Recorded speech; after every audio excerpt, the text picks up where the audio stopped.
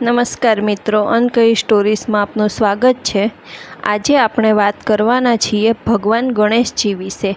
ભગવાન ગણેશજીનો તહેવાર એટલે કે ગણેશ ચતુર્થી, કે જેને બીજા એટલે કે ગણેશ ચોથના નામે પણ ઓળખવામાં આવે છે।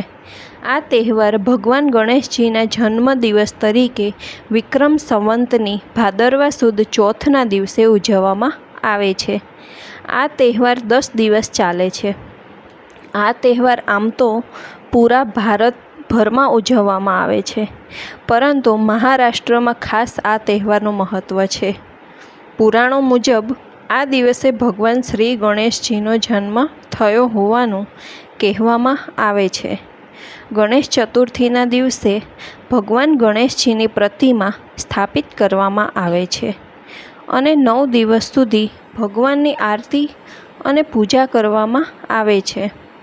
ત્યારબાદ 10મા દિવસે ધૂમધામથી ભગવાનની પ્રતિમાનું જળમાં વિસર્જન કરવામાં આવે છે। આમ તો ભગવાન ગણેશજીને ગણેશ ચતુર્થી સિવાય પણ આપણે યાદ કરતા જ હોઈએ છીએ, અને એટલે જ ઘણા સુંદર ગણપતિ બાપ્પા જોવા મળે છે। તો આપણે ગણેશજી વિશે થોડું વધારે જાણી લઈએ। તો ગણેશજીનું મહત્ત્વ શું છે? શંકર ભગવાને ગણેશજીને આશીર્વાદ આપ્યા હતા કે જે વ્યક્તિ કોઈ પણ કાર્યની શરૂઆત કરતા સમયે ગણેશજીની પૂજા કરશે, તેમના કામમાં કોઈ વિઘ્ન નહીં આવે। આ આશીર્વાદને લીધે જ ગણેશજીને વિઘ્નહર્તા કહેવામાં આવે છે। આ સિવાય વાત કરવામાં આવે તો ગણેશજીના અંગોની તેમનું મોટું માથું આપણે વધારેમાં વધારે શીખવા, સારા વિચારો કરવાની પ્રેરણા આપે છે। ગણેશજીનું મોટું માથું એટલે જ્ઞાનથી ભરપૂર। ગણેશજીની આંખો દિશાહીન થયા વગર એકાગ્રતા જાળવી આપણી આંખને માત્ર ને માત્ર લક્ષ્ય પર કેન્દ્રિત કરવાનું સૂચવે છે। ગણેશજીના મોટા કાન સૌનું સાંભળો અને પોતાની બુદ્ધિથી કામ લેવાનું સૂચવે છે। ગણેશજીની સૂંઢ આજુબાજુના વાતાવરણને સુધી પરિસ્થિતિનો અંદાજ મેળવી લેવાનું તથા મોટું પેટ સારું ખરાબ બધું પચાવી જવાનું સૂચવે છે। હવે ગણેશજીનું મહાભારતની રચનામાં મહત્ત્વ શું છે તે આપણે જાણીએ। મહર્ષિ વેદવ્યાસે મહાભારત રચના કરી છે। તેનું આલેખન ગણેશજીએ કર્યું હોવાનું કહેવાય છે।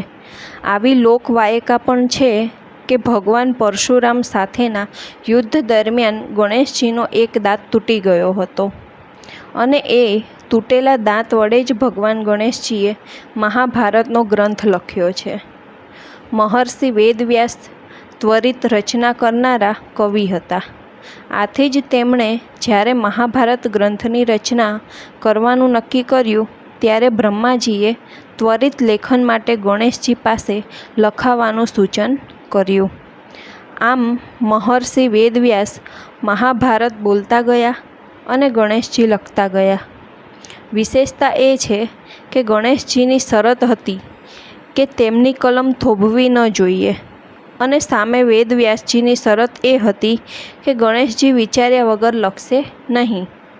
આમ મહર્ષિ વેદવ્યાસે શ્વાસ લેવાનો સમય મળે તે માટે મહાભારતમાં થોડા અંતરે મહર્ષિ દ્વારા અઘરા શ્લોક મૂકેલા છે। આમ આ મહાભારત લખવાના કારણે ગણેશજીને આપણે પૃથ્વી પરના પહેલા સ્ટેનોગ્રાફર ગણી શકાય। ગણેશજીના સ્વરૂપ, વાહનો અને તેના નામ બદલાતા રહ્યા છે।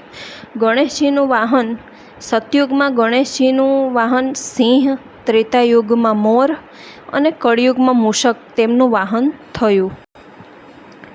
ગણેશજીના સ્વરૂપમાં સતયુગમાં ગણેશજીને 10 હાથ, ત્રેતાયુગમાં તેમને 6 હાથ, દ્વાપર યુગમાં તેમનું મુખ હાથીનું અને 4 ભુજા અને કળિયુગમાં 2 હાથ હતા।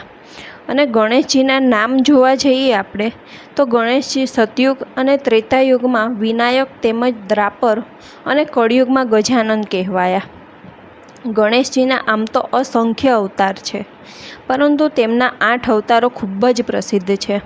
વક્રતુંડ, એકદંત, મનોહર, ગજાનંદ, લંબોધર, વિકટ, વિઘ્નરાજ અને ધ્રુમવર્ણ.